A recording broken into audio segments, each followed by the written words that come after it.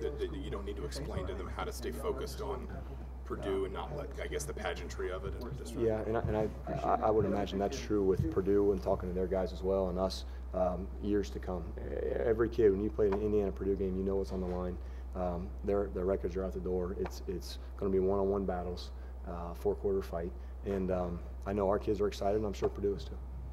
We've seen Simon Stepniak play a little bit more, Delray Baker's surface a little bit. How important is it just to kind of get those guys going next year, just given what you're going to lose on that offensive line? Yeah, no, and again, at all positions, it'll be true to develop some depth. Those guys are getting some great experience this year. They're playing really well for us. And like a lot of positions, sometimes you get forced into playing before maybe you're ready or before you thought you're going to have to play. But that's football, and next man up, and I know they're going to do a great job. Ricky Jones and Mitchell Page kind of different, I guess, setbacks in their career, but just to see them do what they've done the last 2 years, just how valuable have both of those two been? Yeah, I'm not sure I can put a value on it, because to me, it's not only the plays they make on the field, but it's the leadership that they provide in my room. And it's those guys who can say, when a young kid comes in the room, a true freshman, to say, listen, here's how we go about our business. Here's how we practice. Here's how we study film. You know, those are things as a coach I can't always do. And those kids have been here. They've learned from when we started off. We weren't very good 4 or 5 years ago, and now we're getting better and more competitive.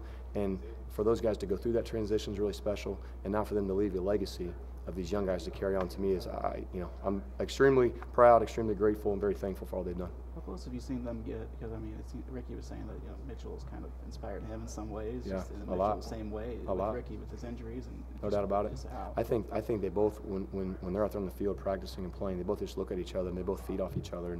And I don't think either one's going to let the other one down. And so it's more so, I don't know off the field how much they hang out, but when they're on the field, when they're in the meeting room, it's a tight group.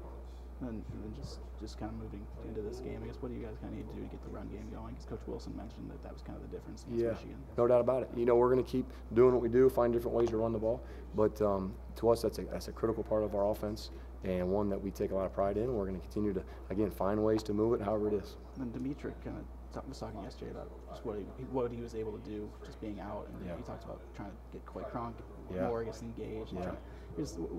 What has he done that's going to help the team while he hasn't been able to actually be on the field? Right. Well, the main thing, and he's not like Ricky Page, Ricky Jones, and Mitchell Page. They care a lot. Dimitri cares a lot, and so for him, just to provide leadership, just to be around guys, just to have a look in your eye, and to show kids how to prepare, and really when you're on the sideline, just to be a calming voice, to have a guy just settle down. Mm-hmm. Here's what just happened. Okay, now don't let it happen again, and let's move forward in the right way.